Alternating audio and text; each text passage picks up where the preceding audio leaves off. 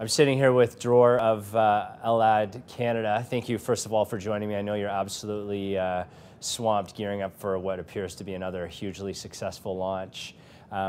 We always get very excited working with top developers and also very excited working with master plan communities. So now we've got a top developer and a master plan community, so we're extremely excited to be working on this with you, and we're looking forward to the sharing the success with you as well. Can you tell me a bit about your company, ELAD Canada, as well as the vision and success of Emerald City?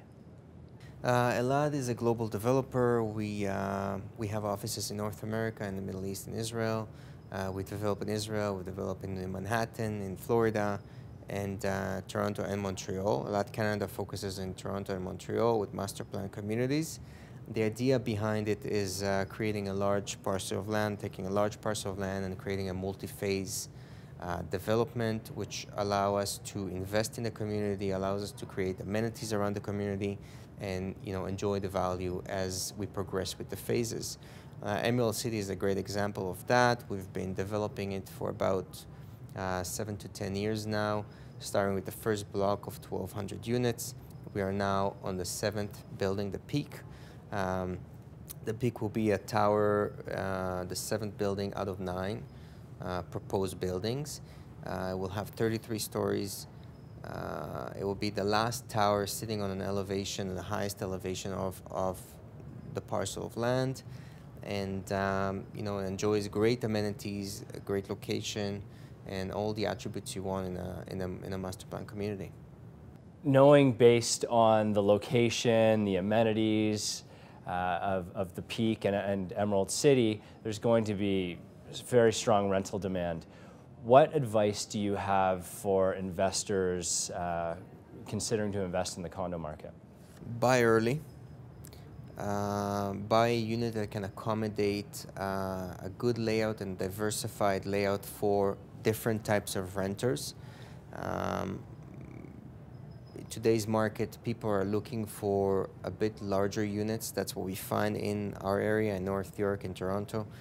They want to accommodate a couple, but a couple that can expand into a young family, empty nesters, a diversified group of users. So I think that will be a key thing. Of course, the fundamentals of every investment, the location, the amenities around it, anything you want to have a full lifestyle. And that's kind of what Emerald City provides and the Peak is a great example of that.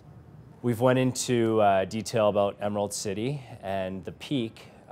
Maybe you can tell me what excites you most about this last and final stage phase of Emerald City, as well as specifically the Peak condo building.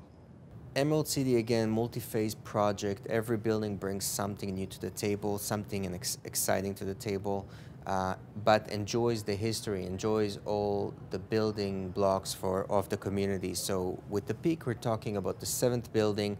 All of our lessons from every building that we've built are implemented in this building. We're big on listening to our clientele, and our clientele told us, for example, that they want bigger floor plans, bigger, larger units, and that's what we've done at the Peak. We put a lot of focus on floor plans. The floor plans at the Peak are really beautifully situated. They're very efficient, allow for a lot of living space within the market, which is within the average of the units. The advantage of the Peak over maybe the other buildings is that it's first in its block, so the value will go up as we build the rest of the towers and as the market progresses. It's the only tower, the last tower of Emerald City, so it will be the highest elevations in that block and in the community. Do you feel 1 bedrooms or 2 bedrooms will be the better investment in the Peak? I like the 1 bedroom plus flex. The reason I like it is that it's larger than 1 bedroom. The flex is not a full unit, so you're not paying for a full 2-bedroom apartment, but you have the flexibility of renting it to a bit of a larger user, maybe 2 people, maybe a couple with a kid. The flex can be used as an office or as a bedroom, essentially. So that's why I think that's a nice unit. that features the things you want to see in the future unit, in the future condos, while still remaining in a reasonable price point. Looking at the latest rental data and resale data, there's obviously a lot of demand for people to live in this area. What makes this area such a desirable area to live? And as an investor, what makes this such an appealing investment? I think that Emerald City brings, you have to remember, Emerald City is still, it's a Toronto-based development, but the pricing mimics other projects on the Sheppard corridor and the GTA. So even though you're still in Toronto, you're still on the subway line and you're very accessible to downtown, you're not paying real downtown prices. So I think that that's a huge part of the draw. Emerald City and Parkway Forest were always traditionally a very strong rental market. There's a good amount of rental units in the area. The advantage of Emerald City is that it's newer, so it features newer design, better amenities, and just better lifestyle overall, so the renters can enjoy that better than the old product that exists in this market. So I know we've talked a lot about the master plan community and all the reasons why it's such a great area to live, great area to invest, but maybe tell me a little bit about the surrounding area and why this is such a strategic location for a master plan community, for an investor, and why people will ultimately want to live or rent or own here. In Emerald City, or in the area of Emerald City, you have, we talked about amenities, and part of the amenities is the location. Fairview Mall is across the street. It's a 170 store shopping center. It has all the nice brands, all the new brands that are coming up. The owner is doing a great job revitalizing this mall and bringing up to speed with the area. Sheppard line, there's a subway stop right at Don Mills and Sheppard, very accessible to our community, and connects you through all the main subway lines in the city. 404, 401, again, in very close proximity and very easy access to major arteries, including the DVP, so you have access to really all directions in the GTA, which is very convenient for users and families that someone works downtown and another person in that family works maybe uptown and does need the car.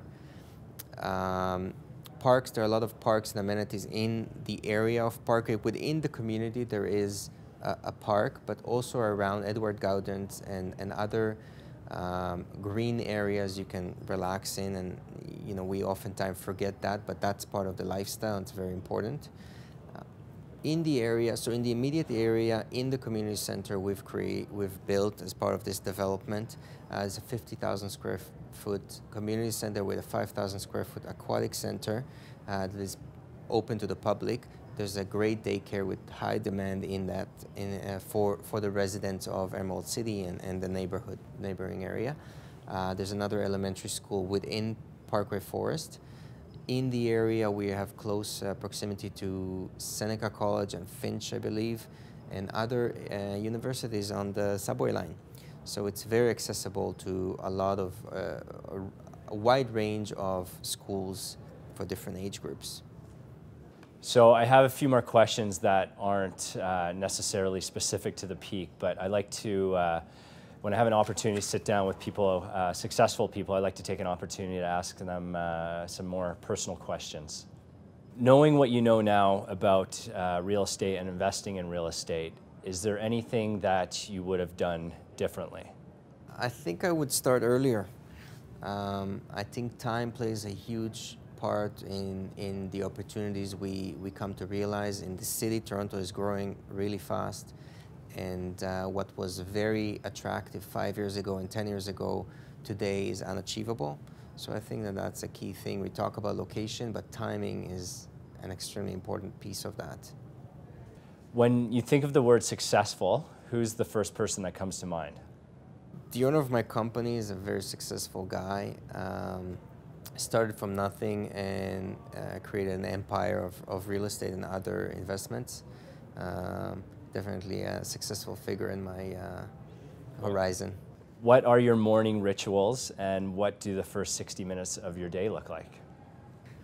First 60 days are picking up my daughter, taking her downstairs, and making her breakfast, having breakfast together, and definitely a cup of coffee.